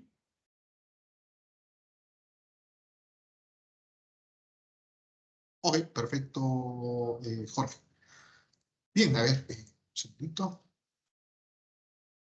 Bueno, continuando con lo que estamos viendo de este diplomado, vemos ahora el control de acceso basado en roles, conocido como ORBAC en inglés, por supuesto, que se puede aplicar tanto dentro de Azure AD como a nivel de los diferentes recursos que pueda tener Azure en este caso, ¿no?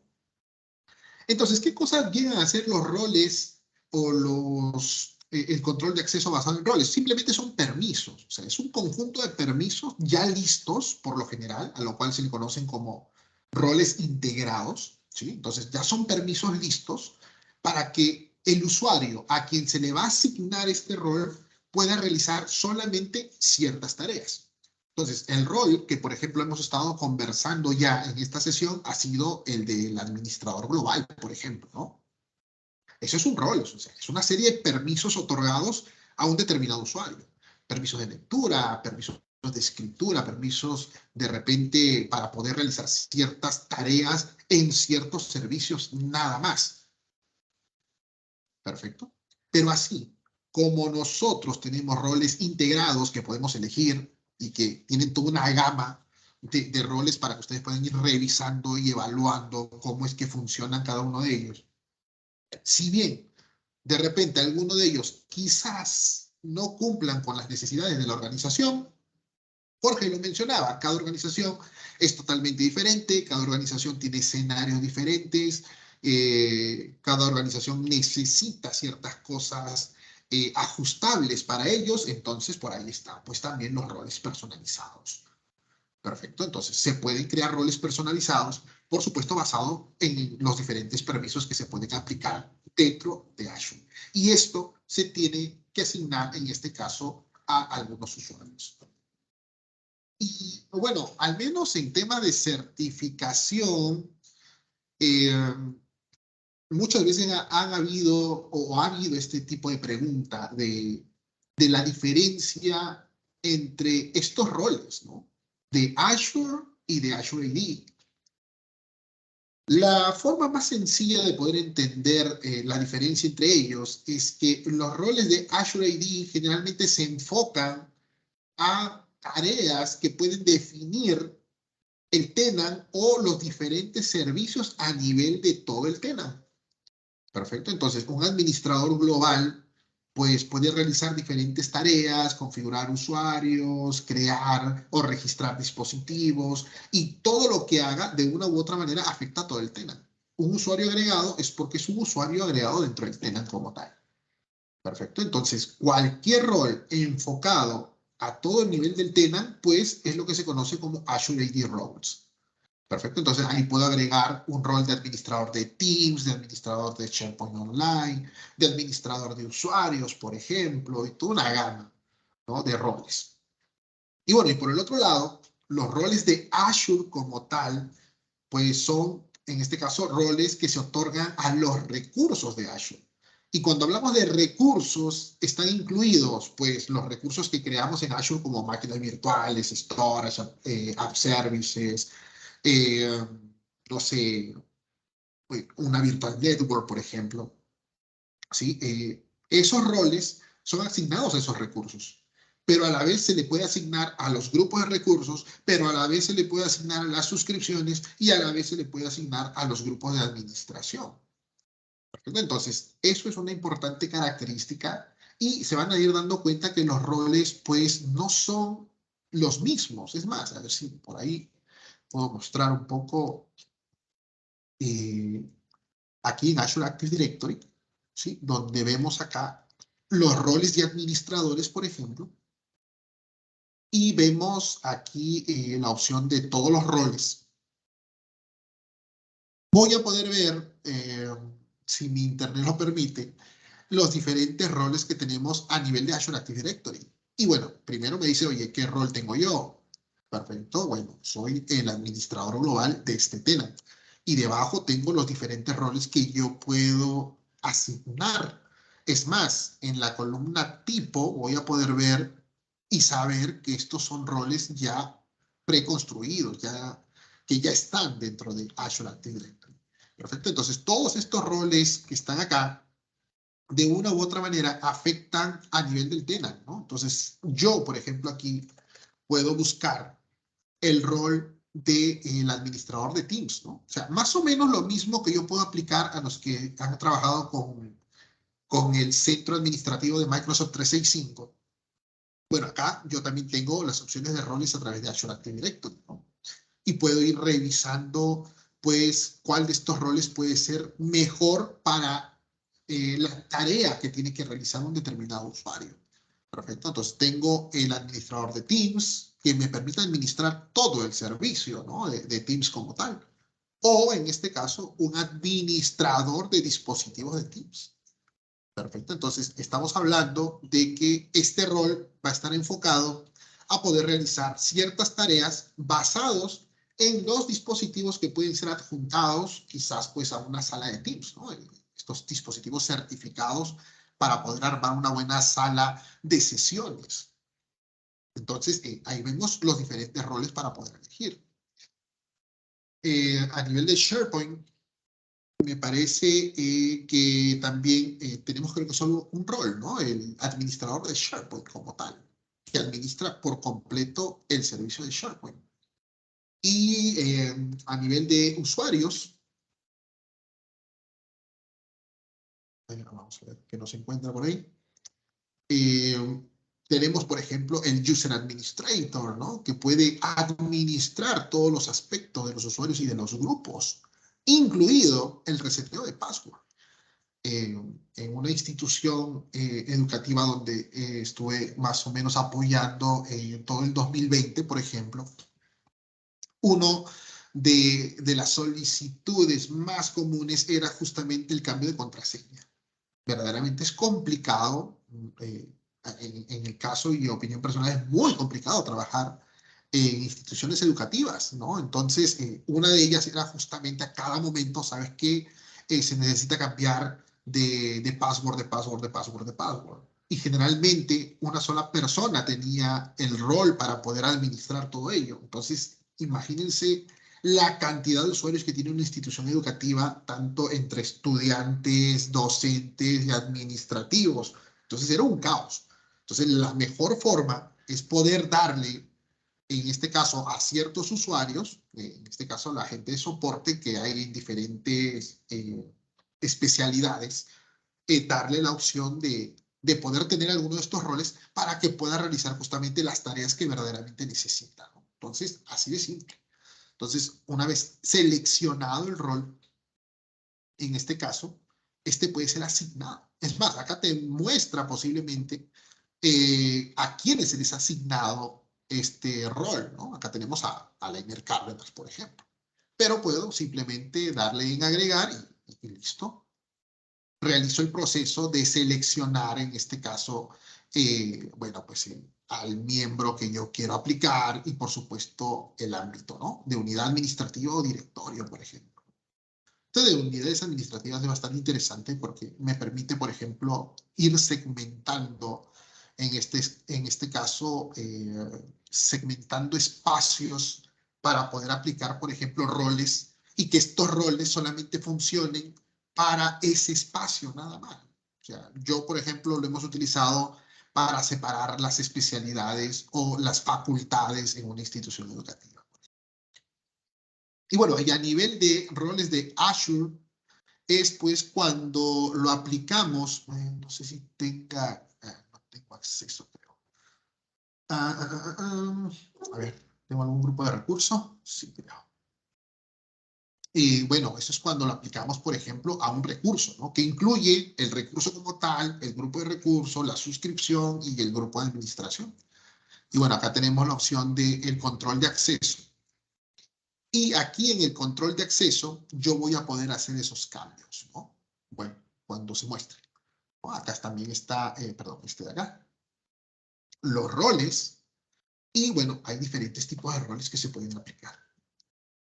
¿Sí? Los roles ya son diferentes. Y estos roles se enfocan, como mencionaba, más al tema de los recursos como tal. ¿Sí? Muy bien. Y bueno, hablando del tema también de roles, tenemos esta característica importante llamado el PIN, la administración de identidad privilegiada. Y en este caso, el punto importante de PIN es que yo, por ejemplo, podría aplicar ciertos roles a ciertos usuarios por una cierta cantidad de tiempo, cosa que va a ser sumamente importante a nivel de seguridad. Mencionábamos al principio de que a veces pasa que se asigna un rol, ¿no? Es un rol fijo y de pronto por ahí el usuario pues ya no trabaja más o X cosas o sale incluso de vacaciones, pero el rol sigue asignado. Y entonces significa que este usuario todavía tiene el acceso hacia los recursos o los datos a los cuales se le está permitido ver, revisar o incluso puede realizar alguna actividad que lógicamente no tenía por qué hacer. Pero si yo le digo, ¿sabes qué? Te voy a dar este rol para que comiences el día, ponte el 9 de octubre del 2022, a partir de ahí tú vas a tener este rol y vas a realizar este tipo de trabajos por toda una semana, o por 15 días, o por un mes, lo que el escenario pues implique. Y bueno, y decirle, ¿no? Hasta qué momento va a estar trabajando con ello. Y lógicamente, una vez pasado el tiempo que nosotros hemos especificado, pues simplemente el rol pues deja de ser asignado. Entonces, eso es un punto importante. Y es más, incluso puedo aplicar una opción de aprobación. O sea, antes de que este usuario que se le ha asignado un determinado rol pueda hacer uso de ese rol, pues alguien tendría que aprobarlo, por ejemplo. Incluso hasta pueden mandar una justificación, ¿no? Del por qué va a empezar a utilizar este rol o por qué va a realizar ciertas tareas utilizando el rol que se le ha asignado. Y eso va a permitir, por supuesto, que podamos revisar, que podamos auditar, por supuesto, el acceso que tiene este determinado usuario con este rol que se le ha aplicado, ¿no? Muy bien, bueno, otra característica importante es lo que se conoce como Azure Identity Protection. Jorge, no sé si por ahí quieres comentarnos algo de ello.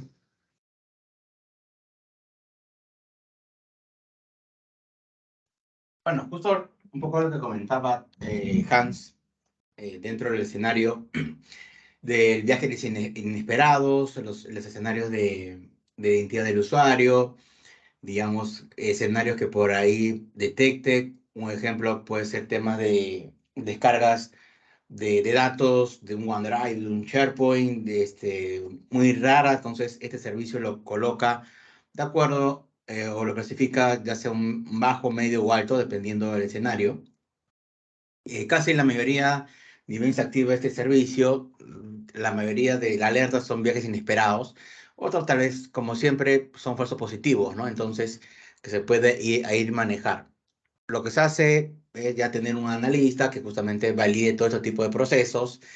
Y a veces los usuarios, o, digamos, está de vacaciones y detectan que alguien ha ingresado, ¿no? Entonces, también ese tipo de escenario, la idea es justamente automatizarlo, ¿no? Entonces, si detecta que, que un usuario, no sé, desde Irán están entrando, lo que va a hacer este proceso es bloquear la cuenta, desactivar la cuenta, o activar el MFA, poder a pedirle, entonces y generar alertas, ya sea por correo, al equipo, a las personas que ameriten, ¿no? Entonces es un tema muy personalizado, dependiendo del grupo de usuarios o usuarios que requieren este tipo de nivel de visibilidad y deben saber cualquier escenario de riesgo que se pueda tener en cuenta, mostrar, ¿no? Entonces, casi la mayoría de informes, bueno, solo de riesgo, de inicio de sesión de riesgo, de decisión de riesgos, que la idea es justamente poder revisarlo y validarlo, ¿no? Que lo comúnmente son temas de también la parte de web, ¿no? En el caso que por ahí detecta el sistema que la contraseña está en algunos foros o temas por el estilo, también genera este tipo de alertas para que se pueda prevenir, ¿no? O hacer un cambio o reforzar el tema de la contraseña. Entonces, pero casi la mayoría de reportes que he visto más se basan en las ubicaciones, ¿no? Para que lo tengan en cuenta. Pero es un punto muy fundamental que ayuda a ciertos perfiles de usuarios que, digamos, deberíamos hacer más el seguimiento, muy aparte que tenga el MFA o todas las características de seguridad que hemos estado hablando al inicio, para hacer ver bien que no se haya saltado, ¿no? Porque, como han visto, el MFA se puede saltar, ¿no? Ya sea que por ahí el usuario esté en un Starbucks, se conecta, activa su MFA o se conecta a una red que no es del Starbucks, es una red engañosa y que se hace pasar por internet y ahí le puede jalar los cookies del MFA y se puede conectar, ¿no? Utilizando esa cuenta. Entonces, son otro tipo de niveles un poco más avanzados que ayuda en esos tipos de alertas, verificación o automatización, ¿no? Porque tal vez, como saben, la parte de seguridad no tiene horario de ataque, ¿no? Puede ser en la madrugada, si es a las 3 de la mañana, que alguien quiere ingresar a la cuenta, si yo lo he automatizado, automáticamente lo bloquea y me genera una alerta. Entonces, mientras que yo me conecte, prende el equipo, ahora pasó 15 minutos, ¿no? Entonces, yo ya puedo haber prevenido descargas de archivos o documentaciones y ver, digamos así, contactar al usuario, de ser el caso por el horario, para indicar lo que ha pasado, ¿no? Entonces, son varios escenarios que va a depender cómo se afronta de acuerdo a lo que se pueda ir presentando, ¿no? Dale, Hans. Sí, sí, sí, así es. Lo que comentas, Jorge, es importante porque estábamos justamente hablando también el tema de, cuando hablábamos del acceso condicional, ¿no? Sobre el tema de los riesgos. Y es más, se compartió por ahí, lo llegué a compartir en el chat, justamente a lo que Microsoft como tal, pues aplica como riesgo, ¿no? Entonces hay varias cosas que ustedes pues por ahí deben ir revisando dentro de esa documentación. Mencionaba Jorge, ¿no? Un viaje atípico, por ejemplo, algún token que no sea correcto, que provenga de alguna fuente que no necesariamente está registrada, alguna dirección IP que esté quizás asociado a algún malware como tal y que ya haya sido identificado, por supuesto, algún navegador que de repente no sea permitido, ¿no? Un navegador Tor, por ejemplo, podría ser, de repente ciertas direcciones IP, ciertas conexiones VPN, por ejemplo. O sea, hay muchas opciones que nosotros vamos a poder ir seguramente entendiendo cuando revisemos, por ejemplo, la documentación. Y lo mejor de todo es que estas señales como tal pueden ser enviadas a una herramienta 100, por ejemplo, Microsoft Sentinel, y me parece, si mal no recuerdo, que en el siguiente módulo hablaremos un poco sobre lo que es Sentinel, ¿no? Y bueno, ahí seguramente vamos a mencionar algunos detalles adicionales sobre ello. Bueno, entonces hemos llegado al final de la sesión del día de hoy. Jorge, no sé si por ahí de repente se van a realizar algunas preguntas o me comentas.